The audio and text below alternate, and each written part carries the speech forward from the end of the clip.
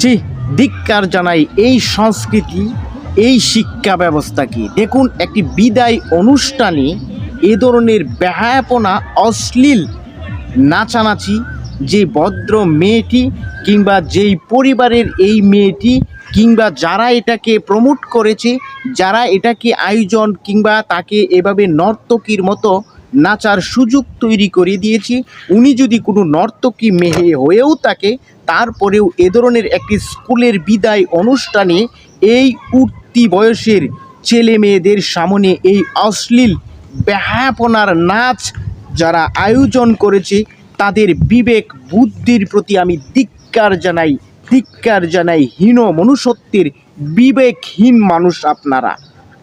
আজকে এখানে ছোটো ছোটো উঠতি যুবক যুবতীরা আছে, তাদের সামনে বিদায় অনুষ্ঠানে আমরা যতটুকু জানি সাধারণত বাবা মা তারা এখানে অংশগ্রহণ করে থাকি। আর এই বিদায় অনুষ্ঠানে এত বড়, এত জঘন্য মাপের নোংরামি এই নর্তকীর বেশি যেভাবে এই আয়োজনটা করা হয়েছে, সচেতন মহল, রাজনৈতিক ব্যক্তি, বিশেষ করে আমি পিতা মাতাকে, যদি আমি আগেই বলেছি যদি নর্তকী হয়ে থাকে এই মহিলা মেয়েটি তাহলে বা অন্য হিসাব, কিন্তু তারপরেও তাকে এখানে বিদায় অনুষ্ঠানের আয়োজনে নাচার জন্য যারা এনেছে তাদের প্রতি আমি একটি ব্যবস্থা গ্রহণ করার জন্য স্কুল কমিটি কিংবা আপনার রাষ্ট্রীয় শিক্ষা মন্ত্রণালয়ের প্রতি আমি উদারত আহ্বান জানাবো।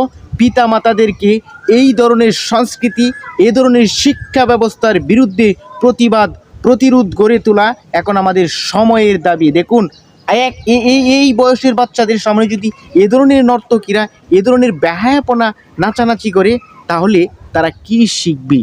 যাদের হাতে আমাদের ভবিষ্যৎ তুলে দেওয়ার ভবিষ্যৎ কারিগর হিসেবে আমরা বলতেছি, তাদের সামনে এই বেহায়াপনা, এই বিদায় অনুষ্ঠানের কমিউনিটি গাইডলাইনের কারণে অনেক কিছুই বলতে পারি না।